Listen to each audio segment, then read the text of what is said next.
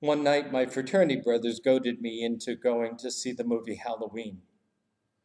I lasted a grand total of 25 minutes into the show before the terror and the horror got too much for me and I had to leave.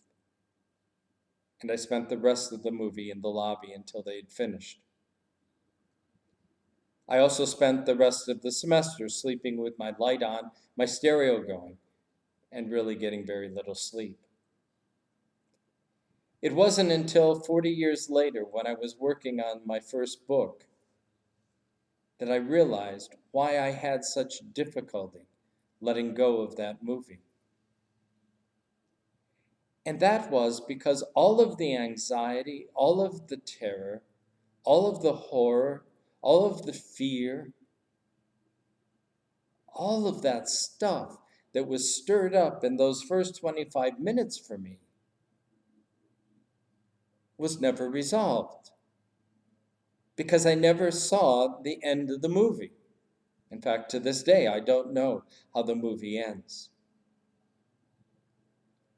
And so I carried with me all of that emotional stuff into my real world. And so the terror, the anxiety, the fear lived with me day in and day out for weeks and months. It's not all that different than what we're living through these days. We're living a story of COVID-19 that is unresolved. There is no ending to the story. We don't know what next week will look like or next month. We can hope things are getting better, but we're not sure. I got asked a very serious question the other day is, do you think the churches will be celebrating Christmas Eve in the way they always have this year? And I had to admit, I don't know. We don't know. We don't know what our life will look like. How long will we be wearing masks or social distancing? What will dining look like? Will businesses fully open?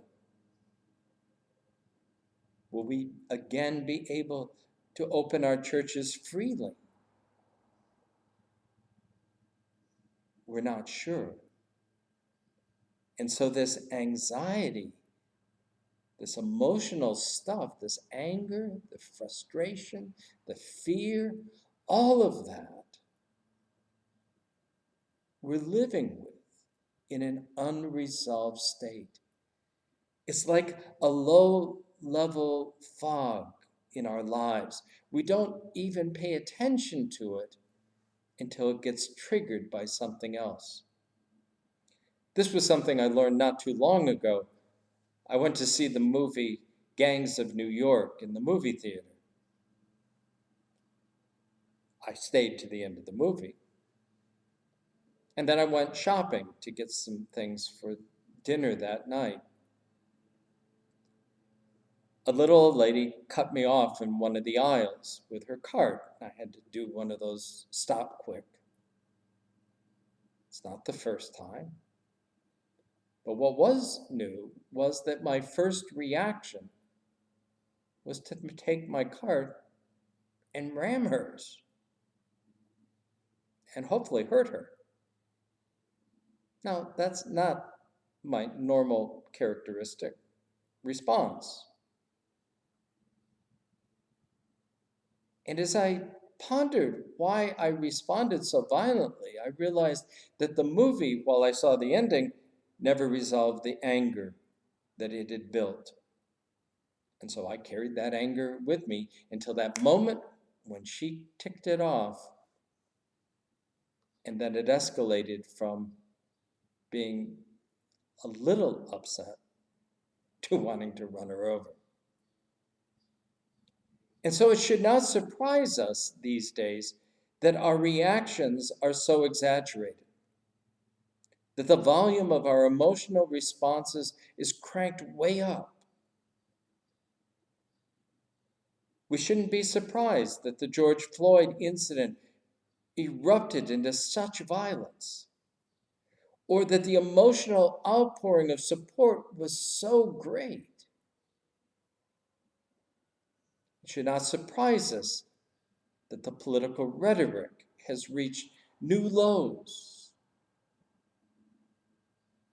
or that normally boring subjects like the economy and business are now handled almost like matters of life and death.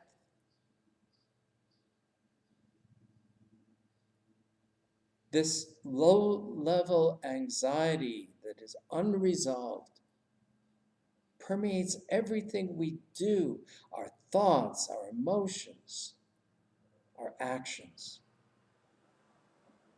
It creeps into our family, into our churches, into our business work. All of it gets triggered and heightened. The psalm writers tap into this. They have a sense of that, particularly in their psalms of lament. They raise the question, how long, O Lord, how long? That's a question we can ask very easily these days. And then they go on to list the grievances. What's really bothering us these days? Is it not being able to see the children and the grandchildren or our parents? Is it having to wear masks? Is it having to social distance? The psalm writer wants us to let that stuff out. And then what is very interesting, the question of how long, O Lord, how long, never gets answered, but rather is replaced by a promise. And that was, no matter how long it takes, God will not abandon us and will continue to provide for us in the midst of what we're dealing with. In short, the answer to the Psalms of Lament is the 23rd Psalm, where God is portrayed as the Good Shepherd, who will care for his sheep in the midst of vulnerability and uncertainty, providing all their needs and walking with them even through the valley of the shadow of death. No matter how long it takes, God will walk with us. Therefore, we dare to have hope and courage as we journey with God. One of the ironies of coming to grips with the horror of Halloween was that the chapter I was working on in my book was the chapter on Revelation. And what I recognized is that in that book of the Bible, God gives us the end of the movie, the end of the story. We know even now how it's going to come out. There will be a new heaven and a new earth. There will be a new creation. Whether that happens next week or 20,000 years from now, the end of the story is written. And that ending may be temporary for now, but the final ending is assured.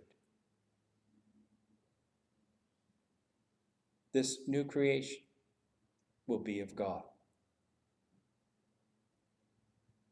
And so, too, will the end of the COVID story. Even now, we are seeing foretastes of that new world.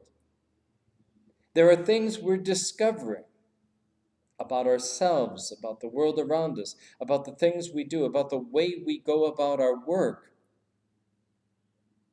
that we will carry with us into the future. And there are just as many things we're discovering that we can just let go because they weren't all that important after all. We dare to hope and have courage because we know that we walk this not alone and that the end of the story is assured. It's in God's hands, and we will be okay. How long, O God, the psalmist cries, a cry we make our own, for we are lost, alone, afraid, and far away from home. Your grace, O God, seems far away. Will healing ever come? Our broken lives lie broken still. Will night give way to dawn? How can we hope? How can we sing? O God, set free our voice to name the sorrows, name the pain, that we might yet rejoice. How long, O God, the psalmist cries, a cry we make our own, though we are lost, alone, afraid. Our God will lead us home.